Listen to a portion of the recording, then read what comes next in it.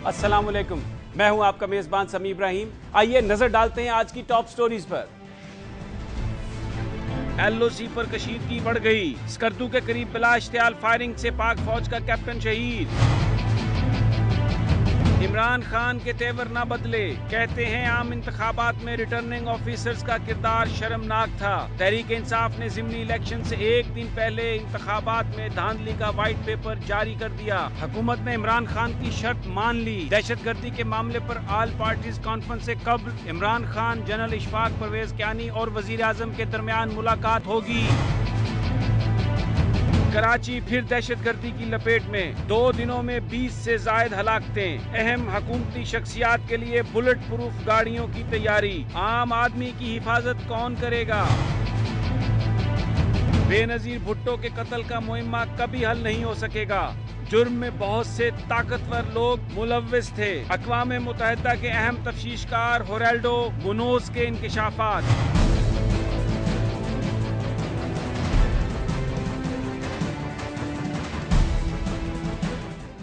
गुज़श्ता चंद दिनों से line of control पर कशीदगी जारी है और भारतीय फौज की जानिब से सरहद की खिलाफ वर्जी की जा रही है। बताया जा रहा है कि 12 दिनों में 34 दफ़ा भारतीय फौज ने सरहदों की खिलाफ वर्जी की। और अब जो खबर आई है उसमें स्कर्दू के करीब लाइन ऑफ कंट्रोल पर पाक फौज के कैप्टन सरफराज को शहीद किया गया। बिला इश्तियाल फायरिंग की गई। हाफजाबाद से ताल्लुक था कैप्टन सरफराज का। चंद माह बाद उनकी शादी होने वाली थी, लेकिन ये नौजवान अपने वतन पर कुर्बान हो गया। अपनी सारी ख्वाहिशात अपने साथ लेकर इस दुनिया से चला गया। भारतीय जारियत का वो निशाना बना। भारत क्या चाहता है LOC पर, जबकि पाकिस्तान की जानिब से बार बार अमन के लिए वज़ीर आज़म नवाज शरीफ की जानिब से ये कहा जा रहा है कि हम मामलात को गुफ्तगू के जरिए हल करना चाहते हैं। अभी चंद दिन कबल वज़ीर आज़म ने अपनी तकरीर में ये कहा कि दोनों ममालिक के लिए ये ज़रूरी है कि वो मिलकर बैठें और माजी की जो सारी जो तलखियाँ थी उसको भुलाकर आगे की जानिब देखें, ताकि दोनों ममालिक के अवाम के मसाइल हल हो सकें। तमाम जो वसाइल हैं वो अवाम की फलाह बहबूद के लिए हल हो सकें। लेकिन भारत की जानिब से जवाब में आज कैप्टन सरफराज को शहीद किया गया। सारा ये मामला, इस पर हम गुफ्तगू करेंगे। हमारे साथ मौजूद हैं दफ्तर खारजा के तर्जुमान जनाब एजाज चौधरी साहब। अस्सलाम वालेकुम जनाब एजाज साहब। एजाज चौधरी साहब, आपको मेरी आवाज आ रही है? एजाज साहब से हम बात करने की कोशिश कर रहे हैं, लेकिन ज़राए हमें ये इस्लामाबाद से बता रहे हैं कि ये जो सारा मामला है, जिस तरह से कशीदगी बढ़ती जा रही है LOC पर, उसने जो वज़ीर आज़म नवाज शरीफ और भारत के वज़ीर आज़म मनमोहन सिंह की भारत जो अमेरिका में यूनाइटेड नेशन की साइड लाइन्स पर, कॉन्फ्रेंस की साइड लाइन्स पर जो मुलाकात होने वाली थी, उस पर भी सवालिया निशान उठा दिए हैं। पाकिस्तान बहुत ज़्यादा रिस्ट्रेन का मुजाहरा कर रहा है और ख़ास तौर पर पाकिस्तान की सियासी क़यादत बार बार इंडिया के लिए ये पैगाम दे रही है कि हम तमाम जो मामलात हैं उनको मुज़ाकरात के ज़रिए हल करना चाहते हैं। लेकिन भारत की जानिब से जो जवाब है वो सिर्फ गोलियों की सूरत में आ रहा है। और जो इस वक्त पाकिस्तान और भारत के दरमियान जो चीज़ें चल रही हैं उनको भी रोकने की कोशिश की गई है। देखा चंद दिन कब जो बस जाती है दिल्ली और लाहौर के दरमियान, उसको भी रोकने की कोशिश की गई। इसके अलावा ख़ास तौर पर आज़ाद कश्मीर में जो सेक्टर्स हैं वहाँ पर जो फायरिंग है उसके वाक़यात रोज़ाना हो रहे हैं और इसकी कोई एक्सप्लेनेशन नहीं है। कुछ लोग ये कहते हैं कि ये एक बड़ा अजीब सा कोइंसिडेंस है कि एक जानब भारत सरहदों पर कशीदगी में इजाफा कर रहा है, तो दूसरी जानब हमें ये नज़र आ रहा है कि पाकिस्तान के अंदर बहुत सारी जो इलाके हैं, बहुत सारे जो खित्ते हैं, ख़ास तौर पर बलूचिस्तान में जो दहशतगर्दी के वाक़यात हैं उनमें इजाफा हो रहा है। तो ऐसा लग रहा है कि एक भरपूर एक साजिश के ज़रिए, एक मुनज़्ज़म मनसूबाबंदी के ज़रिए पाकिस्तान के ऊपर दबाव बढ़ाया जा रहा है। कुछ लोगों का ये कहना है कि ये बुनियादी तौर पर, क्योंकि अफ़गानिस्तान में एक ट्रांजिशन होने वाली है और वहाँ पर अफ़गानिस्तान के सदर हामिद करज़ई जो गुफ्तगू कर रहे हैं वो भारत की गुफ्तगू कर रहे हैं और वो चाहते हैं कि भारत को भी मुज़ाकरात में शामिल किया जाए। बहरहाल ये सारा मामला, इसकी मुख्तलिफ तौजीहात हैं, जो सियासी तजिया निगार हैं वो इसका मुख्तलिफ तजिया कर रहे हैं। लेकिन हम चलते हैं एजाज चौधरी साहब की जानिब, उनसे हमारा राब्ता हो गया है। एजाज साहब अस्सलाम वालेकुम। एजाज चौधरी साहब, आपको मेरी आवाज़ आ रही है?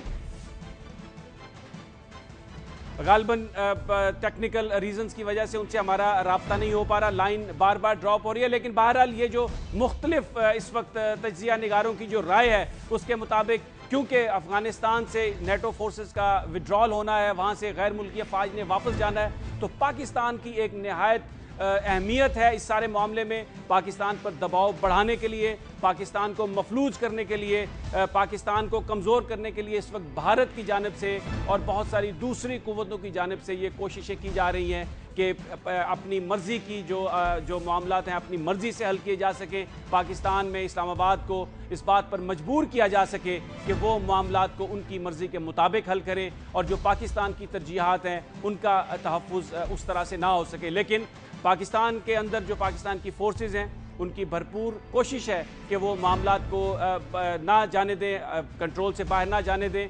और इसी सिलसिले में जो एजेंसीज़ की जानिब से ये भी बार बार कहा जा रहा है कि पाकिस्तान के अवाम जो हैं वो पाकिस्तान की एजेंसीज़ की मदद करें, लॉ इन्फोर्समेंट की मदद करें, इस तरह कि वो अपने इर्द गिर्द नज़र रखें। क्योंकि जो हालात हैं, जिस तरह सरहदों पर कशीदगी बढ़ाई जा रही है, बहुत सारे लोग इस खदशे का इजहार कर रहे हैं कि शायद आने वाले चंद दिनों में पाकिस्तान में कोई मज़ीद एक बड़ी दहशतगर्दी की वारदात हो सके। नाज़रीन, यहाँ पर हम एक ब्रेक लेते हैं और ब्रेक के बाद हम एजाज़ चौधरी साहब से तज्जिया लेंगे, उनसे गुफ्तगू करेंगे कि हुकूमत पाकिस्तान इस मामले को किस तरह से देख रही है और अब क्या ऑप्शंस और क्या चॉइसेस रह गई हैं पाकिस्तान के पास, लेकिन एक ब्रेक के बाद।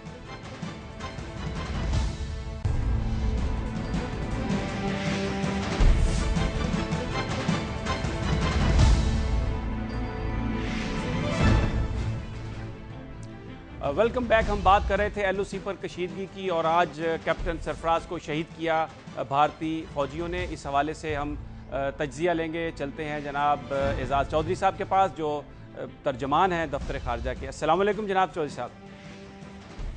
जी वालेकुम अस्सलाम। एजाज़ साहब, पाकिस्तान ने तो पूरी कोशिश की, हर तरह के मैसेजेस भी भेजे, वज़ीर आज़म साहब ने भी कहा कि हम मज़ाकरात के ज़रिए मामला चाहते हैं, लेकिन भारत की जानिब से तो किसी तरह की भी कोई कमी नहीं आ रही। और आज कैप्टन सरफराज की शहादत इसका बिल्कुल एक भरपूर सबूत है कि शायद भारत तल्लुकात को कोई ज़्यादा संजीदगी से बेहतर बनाने के लिए कोशिश नहीं करेगा।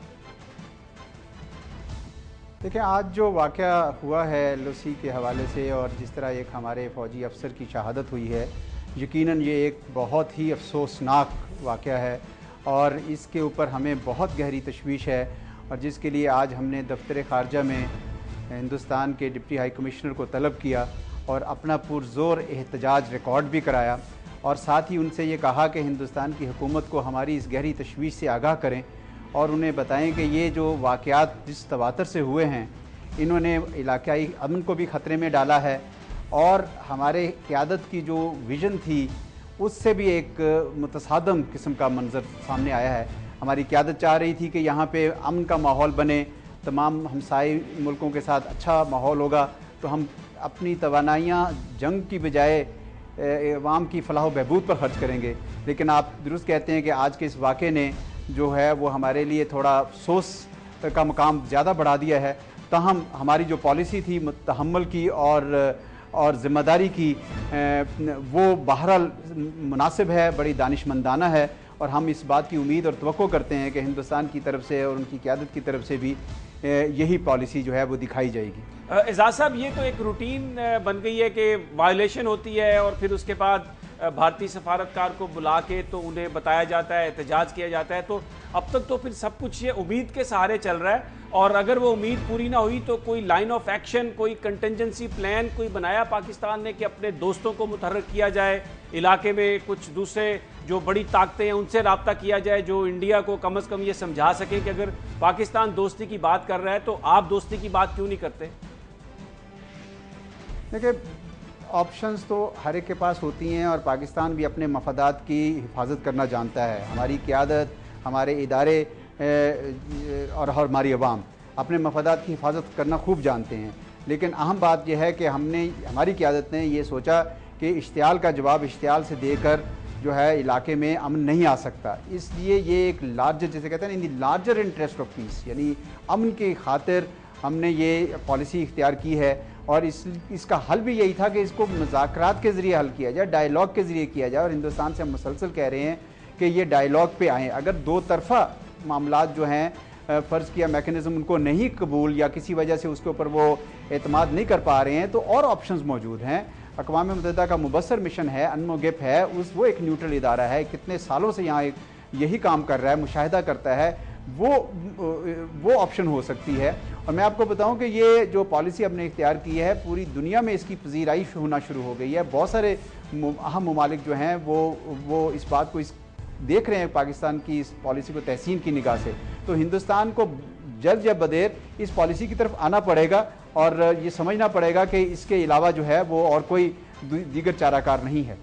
एजाज साहब, बड़ी आपने अच्छी बात कही कि एक अच्छी उम्मीद है आपकी गुफ्तगू में कि इंडिया को इस तरफ आना पड़ेगा, लेकिन अगर हम देखें हकीकत पर, मैं आपका कमेंट चाहूँगा कि ये जो सारा मामला है, जब फायरिंग होती है, आप एहतजाज करते हैं, तो कोई दरमियान में ऐसा कोई प्रेशर तो इंडिया पे नहीं आ रहा किसी तरफ से भी कि उनकी जो पॉलिसी है उसको वो तब्दील करें? क्योंकि ऐसा लग रहा है कि इंडिया तो एक बड़े सोचे समझे मंसूबे की तरह लाइन ऑफ कंट्रोल पर प्रेशर बढ़ा रहा है, शायद कोई ऑब्जेक्टिव है उसका वो अचीव करना चाहता हो, और कुछ तज्जिया निगार ये कह रहे हैं कि इसका बड़ा गहरा ताल्लुक है, ताना बाना है अफगानिस्तान की सूरत हाल से, क्योंकि वहाँ से विड्रॉल होने वाला है अगले साल। तो फिर क्या चीज़ ऐसी पाकिस्तान करे जिससे इंडिया की अप्रोच, सोच में कोई तब्दीली हो?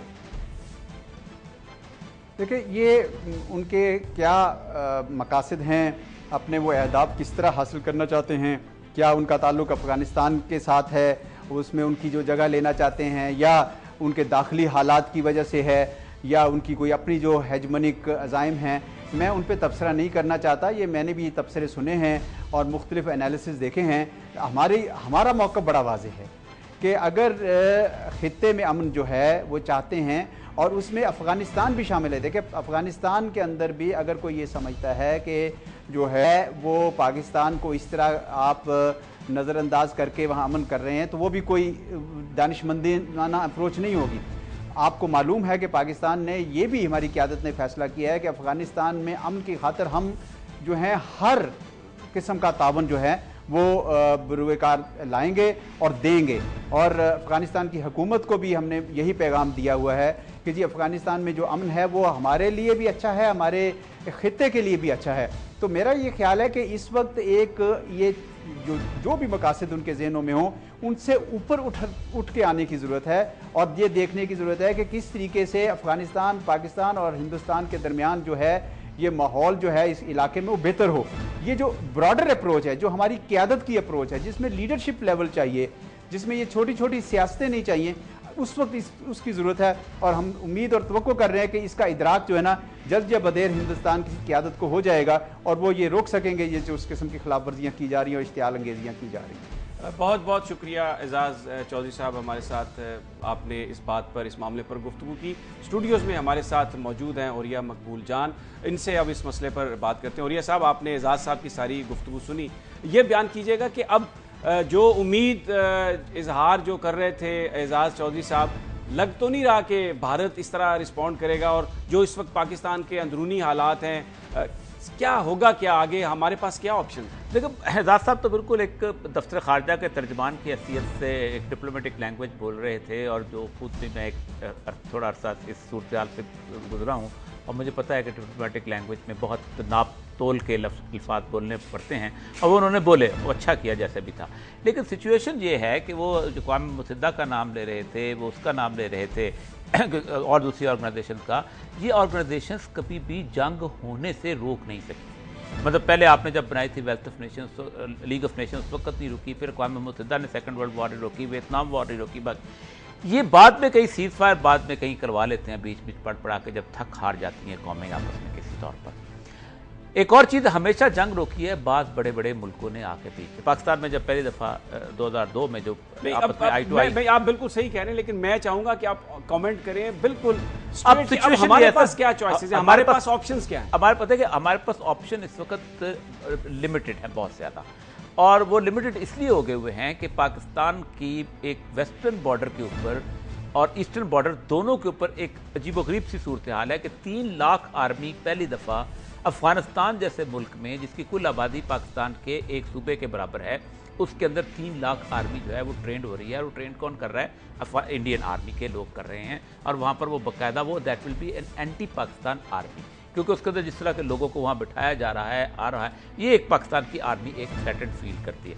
दूसरी तरफ इंडिया का मसला ये है कि इंडिया को अमेरिका ने एक ख़ास किस्म की झंडी इस तरह करवा दी है कि तुम्हारा रोल उस तरह नहीं रह सकता, क्योंकि ज़ाहिर बात है नेबरिंग कंट्री पाकिस्तान है, unless you have a peace deal और समहाउ एक गुड रिलेशनशिप विद पाकिस्तान, क्योंकि उन्होंने कई दफ़ा कहा है कि आप वहाँ से आके उड़ के अफगानिस्तान नहीं पहुँच सकते। अब ऐसी सूरत हाल में इंडिया एक तो मैं समझता हूँ प्रेशर टैक्टिक्स पाकिस्तान के ऊपर इस्तेमाल कर रहा है, और दूसरा उनकी इंटरनल सिचुएशन जो है उसमें पॉलिटिक्स में ये बहुत बड़ा एलिमेंट है एंटी पाकिस्तान।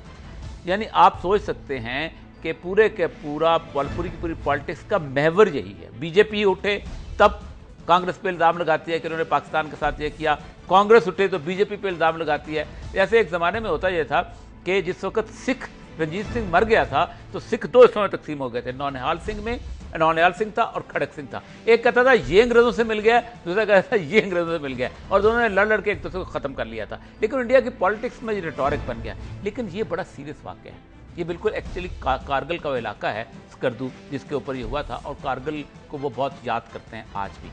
अब यहाँ पर पीस के लिए सबसे इंपॉर्टेंट चीज़ ये है कि पाकिस्तान को, अमेरिका को ये कहना चाहिए if you want peaceful withdrawal तो फिर हमारे लिए पीसफुल सरजमीन पैदा करो, और I think American intervention peaceful सरजमीन पैदा, क्योंकि ये तो बड़ा मकबूल साहब ये बिल्कुल सामने नज़र आ रहा है कि ईस्टर्न बॉर्डर्स पर जो प्रेशर है वो इंडिया बढ़ाना चाहता है ताकि वेस्टर्न बॉर्डर्स के ऊपर वो ब्लैकमेल कर सके पाकिस्तान के साथ। तो ये सूरत हाल में तो बड़ा एक मुश्किल सारा हमें आगे बहुत ज़्यादा देखे ना। 2011 में जिस वक्त ये सारा विड्रॉल प्रोग्राम आया है तो इंडिया के हर अखबार में उनके जितने भी डिफेंस एनालिस्ट थे वो लिखते थे कि हमें अफगानिस्तान के अंदर अपना इंटरेस्ट बढ़ाना चाहिए और पाकिस्तान के साथ मिल के बढ़ाना चाहिए।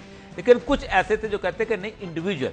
अब वहाँ पर हुआ यह है कि वहाँ वो लोग जीत गए हैं कि जो कहते थे कि नहीं अफगानिस्तान के अंदर हम अपने तौर पे जाएं और अफगानिस्तान को एस्टैब्लिश करें, पाकिस्तान को सैंडविच बनाएं, एक सैंडविच पॉलिसी। इसमें तो दो पॉलिसीज का क्लैश है, एक है स्ट्रेटेजिक डेप्थ की पॉलिसी जो पाकिस्तान एक तवील अर्से तक अपनाए रखा था, और एक है सैंडविच करने की पॉलिसी। अब वो सैंडविच पॉलिसी के दरमियान अब कहाँ, लेकिन पहली बात मैं आपको बताऊं कि ये वाहिद दुनिया का मकाम है जो न्यूक्लियर फ्लैश पॉइंट है। दुनिया में कहीं भी जंग हो, 10 साल जंग हुई है ईरान इराक वॉर में, दुनिया तशवीश का शिकार नहीं हुई, क्योंकि ना ईरान के पास न्यूक्लियर वेपन था ना इराक के पास वेपन था। 10 लाख बंदे मार दिए, उन्होंने कहा ठीक है हमारे वेपन्स बिक रहे हैं, बिकने दो। लेकिन ये जो न्यूक्लियर फ्लैश पॉइंट है और दोनों तरफ ट्रिगर हैप्पी किस्म के लोग बैठे हुए हैं, और ट्रिगर हैप्पी बंदे जो है वो बटन दबाने की देर होती है, उनके लिए कोई मसला बनता नहीं है। एक किसी जगह खुदा ना खास्ता बहुत बड़ी कैजुअल्टी हो गई तो उस कैजुअल्टी के ऊपर किसी बंदे का भी दिमाग घूम गया, कुछ बहुत बड़ा ये मुश्किल हो जाएगा। बहुत बहुत शुक्रिया। और यह मकबूल जान जो तजिया कर रहे थे इस वक्त जो LOC पर सूरत हाल है उसके क्या नतायज निकल सकते हैं। एक बड़ी संगीन सूरत हाल, इंडिया की जानिब से बार बार खिलाफ वर्जियाँ, और पाकिस्तान बार बार इंडिया से ये कह रहा है कि मामलात मुज़ाकरात के ज़रिए हल किए जाएँ। बड़ी एक गंभीर सूरत हाल है। नाज़रीन यहाँ पर वक्त तो एक ब्रेक का, और ब्रेक के बाद हम एक और अहम मामले पर बात करेंगे जो मोहतरमा बेनज़ीर भुट्टो मर्डर केस, उसके हवाले से जो अक़वाम मुत्तहिदा के चीफ इन्वेस्टिगेटर थे होराल्डो मनूज़, उनका ये एक सामने स्टेटमेंट आई है कि कभी भी मुमकिन नहीं है कि बेनज़ीर भुट्टो के जो कातिलीन हैं उनको पकड़ा जा सके, क्योंकि पाकिस्तान के अंदर ताकतवर लोग उनके कत्ल में मुलव्वस हैं और इस बात का इम्कान कम है कि कभी उनको पकड़ा जा सकेगा। लेकिन ये सब एक ब्रेक के बाद।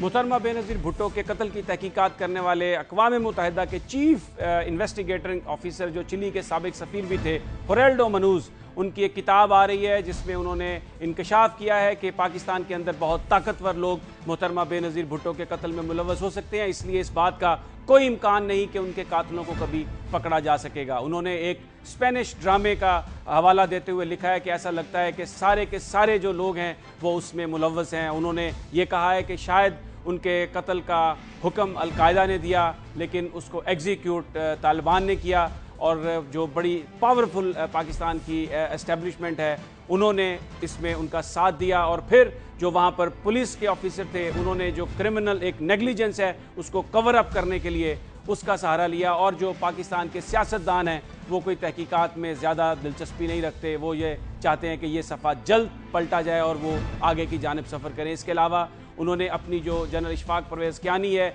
उनके साथ मुलाकात का अहवाल भी इसमें लिखा है, जिसमें उनका ये कहना है कि जनरल कियानी शायद ये समझते हैं, वो नहीं समझते जनरल कियानी ये कि ये जो मामला था बेनज़ीर भुट्टो के कत्ल का, उसमें तालिबान मुलव्वस हो सकते हैं। उनका ये कहना था कि जो इस्लामाबाद पुलिस का, पिंडी पुलिस ने जो क्राइम सीन को जिस तरह हैंडल किया वो बड़ा इमेच्योर था, और इसके अलावा सिर्फ एक टेलीफोन कॉल जो इंटरसेप्ट की उसकी बुनियाद पर यह नतीजा निकाल लेना कि तालिबान ने कत्ल किया है मोहतरमा बेनज़ीर भुट्टो को, शायद ये सही अप्रोच नहीं है। इस सारे मामले पर गुफ्तगू हम करते हैं। नज़ीर नाजी साहब हमारे साथ मौजूद हैं, मारूफ कालम निगार भी हैं और दुनिया ग्रुप के ग्रुप एडिटर भी हैं। अस्सलाम वालेकुम नाजी साहब। वालेकुम अस्सलाम जनाब। नाजी साहब, हेराल्डो तो ये कहते हैं कि बड़े ताकतवर लोग मुलव्वस हैं और कभी पता भी नहीं चल सकता, और एक स्पेनिश ड्रामे का उन्होंने उसको रिलेट करके कहा है कि ऐसा लगता है कि हर कोई मोहतरमा बेनज़ीर भुट्टो के कत्ल में मुलव्वस है। क्या आप कमेंट करेंगे? बिल्कुल जी, ये ढकी छुपी बात नहीं है। ये असल में पाकिस्तान की तो इक़्तिदार में ही आपको मालूम है कि एक प्राइम मिनिस्टर को कत्ल किया गया था, शहीद किया गया था लियाकत अली खान को, और आप सब जानते थे कि किसने मारा है, और कोई केस नहीं बना, कोई किसको पकड़ा नहीं गया। हम यहाँ भी सब जानते हैं किसने मारा है। और बिल्कुल सही कहा जनरल कियानी ने कि ये तो गले से उतारने वाली बात है कि तालिबान के गले मर दो, ना काबू आएंगे ना मुकदमा चलेगा, उसको होते भी यहाँ नहीं है, कानूनी गिरफ्त में भी नहीं आ सकते। तो वो तो गले से उतारने वाली बात है, लेकिन जो ताकतवर तबके थे, ताकतवर हल्के हैं, वो सबके सब जिम्मेदार हैं बेनज़ीर को रास्ते से हटाने में। एक और भी बड़ी उन्होंने अपनी जो उनकी किताब आ रही है, जिसके कुछ हिस्से पहले आए हैं, जो दिसंबर में किताब आएगी, गेटिंग अवे विद मर्डर, उसमें उन्होंने जनरल पाशा के साथ जो उनकी मुलाकात हुई है उसका भी अहवाल बताया है। कुछ जो ISI के साबिक अफसरान हैं उनसे भी उनकी जो ऑफ द रिकॉर्ड कन्वर्सेशन हुई है उसमें वो लिखा है। वो एक बड़ी दिलचस्प ये बात बताते हैं कि जो जब बेनज़ीर कराची में उन पर जो हमला हुआ था उसको इन्वेस्टिगेशन की उसकी ISI ने 4 बंदों को भी उस हवाले से गिरफ्तार किया, लेकिन हेराल्डो ये कहते हैं कि जो कराची की तहकीकाती टीम थी उसको इस बात का कोई इल्म नहीं था कि कोई लोग उस हवाले से गिरफ्तार किए गए हैं। जी हाँ, ये तो है। मेरा ख्याल है कि उसमें कोई खास तहकीकात हुई भी नहीं थी, और बाद में उसकी कोई रिपोर्ट आई हो तो आपको पता नहीं, मुझे तो पता नहीं है वो रिपोर्ट कोई आई है, तहकीकाती रिपोर्ट। लेकिन बेनज़ीर को ये मालूम था कि उन्हें शहीद किया जाएगा। जब वो दुबई से चली थी उस वक्त भी उन्हें रोका गया था, लेकिन वो मानी नहीं, वो अपने इस्रार करके आई। उसके बाद उन्हें पब्लिक कैंपेन से भी रोका गया था, लेकिन उन्होंने समझा कि उन्हें कैंपेन से रोका जा रहा है। तो ये थे सारे मामला जिसकी वजह से ऐसा हुआ। लेकिन वो उन्हें मालूम था और उन्हें अपने कातिलों का भी मालूम था, लेकिन वो भी देखिए अब सारे क्या क्या नाम आए हैं, उसके बाद कोई नाम, किसी के खिलाफ कोई कार्रवाई नहीं हुई, कोई इंटरेस्टेड ही नहीं है किसी ने। यानी उस कत्ल को तो ऐसे इन्होंने लिया है सारी एडमिनिस्ट्रेशन ने, जैसे कि कुछ हुआ ही नहीं। और पाकिस्तान में किसका सुराग, लियाकत अली खान का भी सुराग नहीं लग सका जी। कितनी रिपोर्टें हुई, कितनी तहकीकात हुई, सब कुछ दरे का दरा रह गया। बेनज़ीर के केस में भी सब कुछ हुआ, ऐसा ही होगा। अच्छा नाजी साहब, एक बड़ा उन्होंने बड़ी एक ऑब्जर्वेशन दी है अपने उस किताब में, क्योंकि हम हमेशा जिक्र करते हैं, बात करते हैं, एक लफ्ज़ यूज़ करते हैं एस्टैब्लिशमेंट, तो उन्होंने कुछ इसको डिफाइन किया है। मैं आपका कमेंट चाहूँगा इस पर। उनका ये कहना है कि पाकिस्तानी एस्टैब्लिशमेंट में जिन अफराद, ताकतवर अफराद पर ये मुश्तमिल है, उसमें एजेंसीज़ के लोग हैं, उसमें पाकिस्तान की फ़ौज के लोग हैं, उसमें कुछ पाकिस्तान की पॉलिटिकल पार्टीज़ के बड़े ताकतवर लोग हैं, फिर वो कारोबारी लोग हैं जो उन सियासी जमातों के साथ वाबस्ता हैं।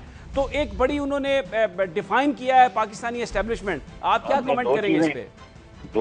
दो चीजें मैंने आज कर दी आपने, पुलिस फोर्स और सिविल ब्यूरोक्रेसी। हाँ, ब्यूरोक्रेसी का भी उन्होंने जिक्र किया बिलाशुबा। ये भी इसमें शामिल होते हैं। और अगर आप देखिए तो जो इब्तदाई साजिशें हैं पाकिस्तान में सारी जो मुंतखब हुकूमतों के खिलाफ हुई हैं, उनमें ब्यूरोक्रेट ही मुलव्वस थे, और बाद में वो बरामद भी हुए। सिकंदर मिर्जाबाद में खुद पॉलिटिक्स में आ गया, गुलाम वो खुद पॉलिटिक्स में आ गया। तो ये तो सारे इसमें शामिल रहते हैं और ये हिस्सा होते हैं उसका।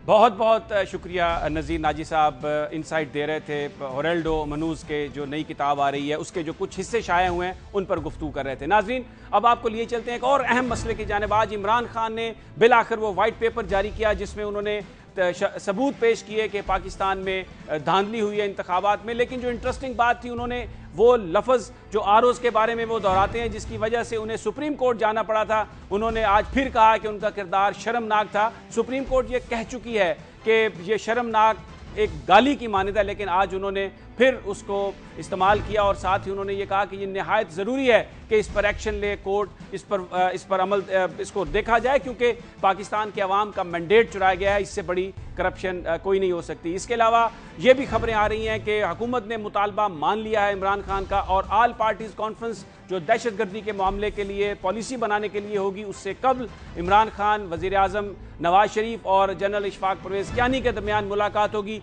ये भी कहा जा रहा है कि उसमें सरहद KPK के वज़ीर आला जनाब परवेज़ खटक और इसके साथ साथ जनाब वज़ीर दाखिला चौधरी निसार शिरकत करेंगे। इसको दूसरी सियासी जमातें किस तरह से देख रही हैं आज की सारी डेवलपमेंट को, हम चलते हैं जमीयत उलमा इस्लाम के रहनुमा जनाब मौलाना अब्दुल गफूर हैदरी की जानिब। अस्सलाम वालेकुम मौलाना। वालेकुम अस्सलाम। मौलाना, पहले तो इस पे कमेंट कीजिए कि अब एक मुलाकात होगी इमरान खान, जनरल इशफाक परवेज़ कियानी और वज़ीर आज़म नवाज शरीफ के दरमियान, तो फिर आप इसको किस तरह से देखते हैं? क्या जो दहशतगर्दी के खिलाफ पॉलिसी है ये 3 लोग मिलकर बनाएंगे और बाकी सारी जमातें बाहर? मेरे ख्याल में इमरान की ये राय नापुख्ता सियासी सोच की अक्कासी करता है, इसलिए कि दहशतगर्दी सिर्फ इमरान खान का मसला नहीं बल्कि पूरे मुल्क का मसला है। लेकिन बदकिस्मती से अब वो सियासतदान भी बनकर उभरे हैं और उनकी बात को किसी हद तक अहमियत भी दी जाती है। लेकिन मेरी नज़र में कम से कम ये बच्चों वाली बातें हैं। बात दरअसल ये है कि दहशतगर्दी हो या तवानाई का बहरान हो या इकॉनमी का मसला हो या दीगर जो कौमी इशूज हैं, उन पर पूरी कौम को और तमाम कौमी क़यादत को एतमाद में लेना चाहिए। माजी में भी इस तरह के ऑल पार्टीज कॉन्फ्रेंस हुई है, सारी पार्टियां उसमें शरीक रही है, फिर मुत्तफ़क़ा करारदादें पास हुई है, अगरचे उन पे अमल दरामद नहीं हुआ है। तो मुझे समझ नहीं आ रही ये बात कि मुस्लिम लीग नून की क़यादत इस तरह की बचगाना तजवीज़ को कबूल करके और तमाम पार्टियों को छोड़ के इमरान खान से मीटिंग करके और फिर दहशतगर्दी के मसले को हल करेंगे। मैं नहीं समझता कि मुस्लिम लीग की क़यादत कोई ऐसा फैसला कर सकती है। मौलाना ये बयान कीजिएगा कि मौलाना ये बयान कीजिएगा कि इसका क्या, इस डेवलपमेंट का आल पार्टीज कॉन्फ्रेंस जो आगे चलकर हुकूमत ने कहा कि वो उसको बुलाएंगे, क्या इम्पैक्ट हो सकता है? क्या कुछ जमातें इस वजह से नाराज होंगी? मैं समझता हूँ कि अगर इस तरह करना है तो फिर ऑल पार्टीज कॉन्फ्रेंस की कोई इफादियत नहीं है। फिर मियाँ साहब और इमरान खान बैठ के मामला तय कर लें और फिर जो भी फैसला करें, फिर चले देखते हैं क्या होता है। लेकिन ये जो तजावीज़ इमरान खान की तरफ से बार बार आ रहे हैं, मुझे नहीं समझ आ रही कि उसकी पार्टी के लोग भी उसको ये नहीं कह रहे कि ये जो तजावीज़ आप दे रहे हैं ये मतलब किसी तरह भी काबिल कबूल नहीं है। मौलाना, आज वाइट पेपर भी जारी किया इमरान खान ने और उसमें फिर उन्होंने वही वर्ड यूज़ किए कि आरोज के बारे में कि शर्मनाक किरदार था। सुप्रीम कोर्ट तो कह चुकी है इसको कि ये लफ्ज़, इसका मतलब गाली है। क्या कमेंट करेंगे आप? लगता है कि इमरान खान तो अभी नहीं रुके, वो तो अपने उस पूरे मौक़िफ़ पर कायम है? देखिए, 2013 11 मई के इलेक्शन में धांधली नहीं बल्कि धांधला हुआ है, और बल्कि ये सारा कुछ एक मंसूबा के तहत हुआ है और इससे हमें अंदाज़ा हुआ कि इस्टेब्लिशमेंट कितनी ताकतवर है। माजी में तो ये कहा जाता था कि फिलान शख्स जो इस्टेब्लिशमेंट का है या फिलान जमात का ताल्लुक इस्टेब्लिशमेंट से है, लेकिन अब के बार इस्टेब्लिशमेंट ने खुद तकसीम कार भी किया और जिन जमातों को उन्होंने जितवाना था उनको जितवाया भी। ये अपनी जगह पे एक हकीकत है और उस पर हमने एहतजाज किया है। उससे अगली बात यह है कि कल ही टांक जो मेरे कायद मौलाना फजल रहमान साहब ने वो सीट जीते थे, उस का इलेक्शन रोक दिया। मौलाना मैं आपसे यहाँ आपको रोकूंगा, मैं इजाजत चाहूंगा क्योंकि वक्त मेरे पास वक्त खत्म हो गया मौलाना, क्योंकि ब्रेक लेनी है। ब्रेक के बाद हमारे साथ रही नाजरीन। ब्रेक के बाद हम बात करेंगे, कराची एक दफ़ा फिर दहशतगर्दी की लपेट में आ गया, लेकिन जो बड़े हुकूमती अहदेदार हैं, सियासतदान हैं, वो तो अपने लिए बुलेट प्रूफ गाड़ियाँ बनवा रहे हैं, लेकिन अवाम का तहफ़्फ़ुज़ कौन करेगा? इस हवाले से हम बात करेंगे MQM के रहनुमा जनाब वासे जलील से। हमारे साथ रहिए, लेकिन ब्रेक के बाद।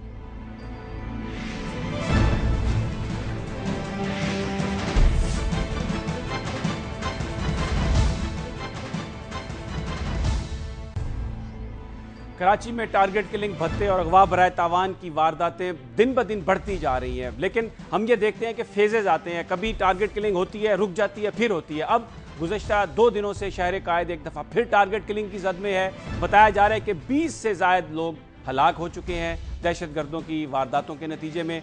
भत्ते की वारदातों में भी इजाफा हो गया, लेकिन इसके साथ साथ ये खबरें आ रही हैं कि वहाँ पर जो हुकूमती ओहदेदार हैं, जो अहले सरवत हैं, वो अपने लिए उन्होंने बुलेट प्रूफ और बम प्रूफ गाड़ियों को बनवाना शुरू कर दिया है। शायद वो ये समझते हैं कि ये बुलेट प्रूफ और बम प्रूफ गाड़ियाँ उन्हें बचा सकेंगी, लेकिन आम आदमी जो है वो उसके हवाले से ना हुकूमत सोच रही है, ना सियासतदान सोच रहे हैं। कुछ लोगों का ये ख्याल है कि अगर अवाम के मसाइल हल नहीं किए गए, अगर उन्हें पूरा जो इस वक्त उनके साथ जो बदअमनी की सूरत हाल है उसको ख़त्म नहीं किया गया, अमन बहाल नहीं किया गया, अगर आम आदमी अपने आप को महफूज तस्वुर नहीं करेगा, महफूज नहीं समझेगा, तो ये बड़े लोग चाहे जितनी मर्जी बुलेट प्रूफ गाड़ियाँ और बम प्रूफ गाड़ियाँ बनवा लें, वो शायद दहशत गर्दों से तो बच जाएं, लेकिन अवाम के गैज़ो गज़ब से जान छुड़ाना उनके लिए बहुत मुश्किल होगा। ये सारा मामला क्या है, कराची क्या आप आगे चलकर बनेगा? वासे जलील साहब MQM के रहनुमा हमारे साथ मौजूद हैं। अस्सलाम वालेकुम जनाब वासे साहब।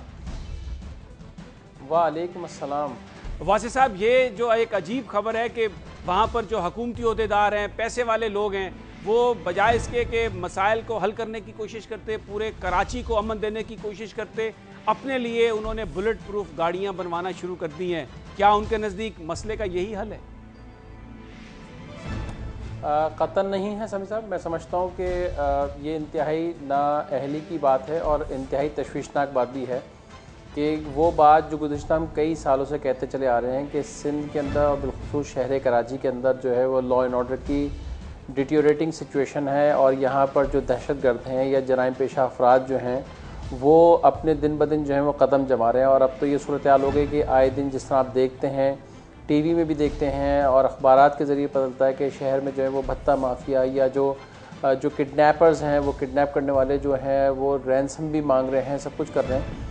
तो ज़ाहिर बात है ऑल्टरनेट तो कोई ऑप्शन नहीं है, और ज़ाहिर बात है इस तरह के वो लोग जिनके पास पैसे हैं वो बुलेट प्रूफ कार ले रहे हैं, मगर कोई सोल्यूशन नहीं है। ज़ाहिर है हर बंदा तो अफोर्ड नहीं कर सकता और ये कोई रेमेडी भी नहीं है। बेसिकली मैं समझता हूँ कि जो लॉ एंड ऑर्डर सिचुएशन के जो ज़िम्मेदार हैं, जो लॉ इन्फोर्समेंट एजेंसीज़ हैं, उनको अपना किरदार जो है वो बेहतर करना पड़ेगा।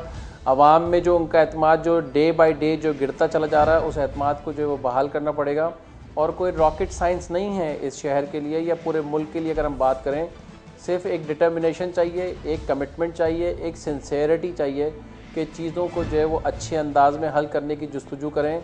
आज भी कराची के जो तमाम हमारे जो आप 18 टाउन्स कह लें या उसको डिस्ट्रिक्ट कह लें, तो उसके अंदर जो पुलिस का जो निज़ाम है, पुलिस के अंदर जिस तरह चीज़ों के अंदर SOPs होनी चाहिए, वो कतई तौर पे मौजूद नहीं है। और शहर में जो दहशतगर्द अफराद हैं वो दंदनाते फिर रहे हैं और तमाम तरह अपनी एक्टिविटीज़ जो है वो कंडक्ट कर रहे हैं, और ये लम्हा फ़िक्रिया दिन ब दिन बढ़ता ही चला जा रहा है। और अफसोस का पहलू जो है उसमें कोई भी ऐसा इक़दाम हमें नज़र नहीं आता कि जहाँ पर आवाम के लिए जो है वो हुकूमत सिंध या उससे जो कंसर्न जो लॉ इन्फोर्समेंट एजेंसीज़ हैं वो कोई ऐसा खातिर खा इक़दाम उठा रही हों कि जहाँ इंसानी जानों का जो है वो जो है उसको जो है जो लोग उस पर जो कार्रवाई कर रहे हैं, जो उसको मार रहे हैं, उसको जो है वो बचाया जा सके। अच्छा वासी साहब, एक क्योंकि आपने अवामी मसाइल का जिक्र किया, तो 18वीं तरमीम के बाद ये आ गया कि जो पावर्स हैं वो डिवॉल्व करनी चाहिए, ग्रास रूट लेवल तक जानी चाहिए, और बलदियाती जो सिस्टम है हुकूमत का वो इस हवाले से एक बड़ी उसकी अहमियत है। इस वक्त जो सिंध में जो गवर्नमेंट ने जो बिल पास करवाया, उसके आपके साथ गवर्नमेंट के साथ आपके बड़े इख्तलाफात भी हैं।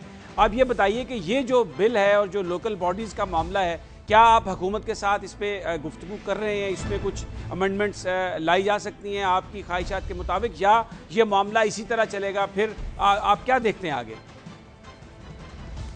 देखिए समी साहब, मुत्तहिदा कौमी मूवमेंट ने इस बिल के आने से पहले जो है वो अपनी तमाम तर सिफारिशात जो है वो ऑलरेडी जो है वो हुकूमत सिंध के नुमाइंदों को जमा करा दी, और मैं ख़ुद भी उस मीटिंग में जो है वो मौजूद था। और तमाम तर चीज़ें, कोई ऐसी चीज़ नहीं की है जो कोई अर्बन एरिया को जो ज़्यादा कवर कर रही है और रूरल एरिया को जो है वो बिल्कुल पीछे कर दे।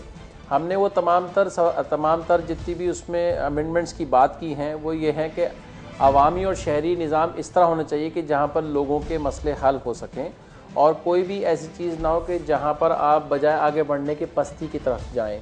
इस निज़ाम में जो मौजूदा हुकूमत लेकर आई है 1979 का निज़ाम, इसमें ब्यूरोक्रेसी का जो है वो रोल ज़्यादा है, और जो इलेक्टेड रिप्रेजेंटेटिव जो लोग इलेक्ट होकर भी आएंगे तो वो उनके मातहत रहेंगे, तो ये कहीं से भी लोकल बॉडी सिस्टम नहीं है। और सबसे जो बुनियादी चीज़ है, आर्टिकल 140A जो कि 18वीं तरमीम का हिस्सा था, उसको अगर बगौर पढ़ा जाता तो उसके अंदर आप चीज़ें देखते कि उसमें लोकल गवर्नमेंट सिस्टम की नहीं, लोकल गवर्नमेंट की बात की गई है। और लोकल गवर्नमेंट जो है वो एक 4th टियर जो है वो एक अहमियत का हामिल है कि जहाँ पर लोगों के मसले डोर स्टेप पर जो है वो हल किए जाते हैं, डिवॉल्व की जाते हैं, डिसेंट्रलाइजेशन होती है। ये तो वासे साहब, ये तो आप बिल्कुल ठीक कह रहे हैं, लेकिन इस वक्त जो आपका मामला उलझा है पीपल्स पार्टी से, पीपल्स पार्टी जो बल्दियाती इलेक्शंस हैं वो जिस तर्ज पर करवाना चाहती है, वो उस हवाले से अब मजीद गुफ्तगू के दरवाजे बंद हैं, खुले हैं? आप क्या समझते हैं? देखें, मुत्तहिदा कौमी मूवमेंट के दरवाजे तो बिल्कुल बंद नहीं है। यकीनन जो है वो हम अपनी जो भी, अगर इस हवाले से जो हमने कल स्टेटमेंट भी देखा है कायम अली शाह साहब का और शर्जील मेमन साहब का, कि अगर मुत्तहिदा कौमी मूवमेंट मज़ीद तरामीम के हवाले से जो अपनी सिफारिशात देंगे तो हम उसको वेलकम भी करेंगे, गौर भी करेंगे। तो बिल्कुल अगर उनकी तरफ से कोई भी नुमाइंदगी होती है, कोई मीटिंग आएगी, तो MQM जो है बिल्कुल जाएगी फबेहा, और बिल्कुल जाना चाहिए, क्योंकि हमने कोई भी ऐसी चीज़ ज़ाती उसके लिए नहीं की, ना कोई कराची या हैदराबाद से जो मंसूब की जा रही है उसके लिए नहीं, बल्कि पूरे सिंध की इज्तमाही तौर पे बात की गई है। अच्छा, एक बड़ा और कल अहम दिन है, कराची में ज़िमनी इंतखाबात भी हो रहे हैं और आपका मुकाबला भी है। तहरीक इंसाफ ने जो 11 मई के इलेक्शन थे उसमें बहुत सारे लोगों की तवक्कुआत से ज़्यादा वोट हासिल किए, और अब जो मुतालबा था मुख्तलिफ सियासी जमातों की जानिब से, फ़ौज भी आ गई है वहाँ पर इलेक्शन की निगरानी के लिए। क्या आप देखते हैं कल इंतखाबात में MQM क्या जीतेगी, या आप क्या फोर्सी करते हैं? MQM की रिवायती सीटें, अगर इसकी थोड़ी सी पीछे बैकग्राउंड में चले जाएं तो MQM की तमाम तर सीटें हैं। इसमें एक अहम सीट तो PS 103 है, जिसमें साजिद कुरैशी भाई जो हमारे इलेक्टेड MPA थे, अनफॉर्चुनेटली शहीद हो गए। उनको दहशतगर्दों ने जो है वो जो इंतहा पसंद दहशत करते हैं उन्होंने शहीद किया। इसके अलावा बकिया जो पोलिंग स्टेशन है जिसमें कोरंगी है, औरंगी है, रिवायती हल्के हैं मुत्तहिदा कौमी मूवमेंट के, और इसी तरह से मीरपुर ख़ास में भी मुत्तहिदा कौमी मूवमेंट जो है वो सिंस 88 जो है वो जीतती चली आ रही है। तो हमें इस हवाले से कोई परेशानी। मैं एक बात की बस यहाँ वजाहत कर दूँ कि जो PTI से एक बड़ा एक फिनोमिना बताया गया कि कराची के अंदर जो है वो कोई एक इमर्जिंग फोर्स के तौर पे बिल्कुल आई है PTI, मगर कराची के अंदर गुज़िश्ता 5-6 सालों के अंदर जो एक बहुत बड़ी माइग्रेशन जो कराची में हुई है वो भी उसका एक बहुत बड़ा पहलू है। उसको भी मैं समझता हूँ कि ज़रूर लोग जो हैं वो इस बात को याद रखें कि ऐसा कोई बहुत बड़ा चेंज नहीं आ गया, बल्कि MQM पाकिस्तान की वाहिद सियासी जमात है कि जिसका वोट बैंक डिटोरेट नहीं हुआ बल्कि बड़ा है अल्हम्दुलिल्लाह, और अपनी तमाम तर सीटें उसने जो रिटेन की जो 2008 में थी, अभी भी अल्हम्दुलिल्लाह वो सीटें जो उसके पास मौजूद हैं। बहुत बहुत शुक्रिया वासे जलील साहब, जो ये कह रहे थे कि ये जो फिनामिना के MQM की वहाँ पर जो स्ट्रेंथ है वो कुछ कम हुई है, ये बिल्कुल गलत है। MQM वहाँ पर एक मजबूत सियासी जमात के तौर पर मौजूद है, और आने वाला जो इलेक्शन है कल, उसमें यकीनन ये MQM अपनी नशिस्त इसको बरकरार रखेगी। उनके मुताबिक ये उनकी रवायती नशिस्त है और सारा इलाका जो है उसकी सपोर्ट MQM की जानिब चाहेगी, और वो बड़े पुरुमीद हैं कि इलेक्शन वो जीतेंगे। और इसके साथ उनका ये भी कहना था कि ये कराची में अमन के लिए ये कोई हल नहीं है कि जो अमीर लोग हैं, हुकूमती अहदेदार हैं या बड़े सियासतदान हैं, वो अपने लिए बुलेट प्रूफ और बॉम्ब प्रूफ गाड़ियाँ बनवा लें। अगर वहाँ पर उन्होंने अपने आप को बचाना है, इस मुल्क को बचाना है, तो आवाम के जो हकीकी मसाइल हैं उनको हल करना पड़ेगा और आवाम को भी अमन उनको देना पड़ेगा। ये हुकूमत का अव्वलीन फरीज़ा है। और अब नाजरीन, प्रोग्राम के इख्तिताम से कबल एक और अहम आज डेवलपमेंट हुई। सेनेट में वज़ीर दाखिला चौधरी निसार अली खान ने बड़ा एक ज़बरदस्त बयान दिया। जो इस्लामाबाद का वाक़या है उस पर उन्होंने कहा, वो फट पड़े बिल्कुल गुस्से में, वो बरसे अपोजिशन पर, और उन्होंने कहा कि ज़मुर्द खान को कोई बहुत बड़ा हीरो या पीर बनाने की कोशिश ना करें। उनका ये कहना था कि वो पाकिस्तान पीपल्स पार्टी के लोग जो आज उनसे सवाल कर रहे हैं कि 2 माह में हुकूमत ने क्या किया या 2.5 माह में क्या किया, वो ये बताएं कि गुज़श्ता 5 साल में वो एक इक़्तिदार पर थे, उन्होंने क्या किया। उनका ये कहना था कि अगर इस्लामाबाद में पुलिस वालों के पास मास्क नहीं है, उनके पास जो दूसरे आलात नहीं हैं, तो उसका जवाब पिछली हुकूमत से पूछना चाहिए जो 5 साल हुकूमत में रहे और उन्होंने कुछ डिलीवर नहीं किया। उनका ये कहना था कि 2.5 माह बाद हुकूमत पर इतनी ज़्यादा तनकीद और ये हिसाब जो मांग रहे हैं 2.5 महीने का, वो अगर अपने गिरबान में झांक कर देखें तो पाकिस्तान में इस वक्त जो मसाइल हैं वो खुद उसको पैदा करने वाले हैं। उन्होंने कहा कि वो आखिरी हद तक नहीं जाना चाहते, वो ये नहीं चाहते कि माहौल कशीदा हो, माहौल ख़राब हो। वो ज़मुर्द खान को भी उन्होंने कहा कि वो बचाना चाहते हैं। उन्होंने ये भी कहा कि कोई उन्होंने इस किस्म की ऑर्डर नहीं दिए कि DSP मुअत्तल कर दिए जाएं इस्लामाबाद के 2, लेकिन उन्होंने ये कहा कि वो ज़मुर्द खान को बहुत ज़्यादा हीरो और बहुत ज़्यादा पीर बनाने की पीपल्स पार्टी वाले कोशिश ना करें। नाजरीन, ये था आज का प्रोग्राम। कल फिर आपसे मुलाकात होगी टॉप स्टोरी में नई खबरों और नए एनालिसिस के साथ। तब तक अपना और अपने साथियों का ख्याल रखिएगा। अल्लाह हाफ़िज़।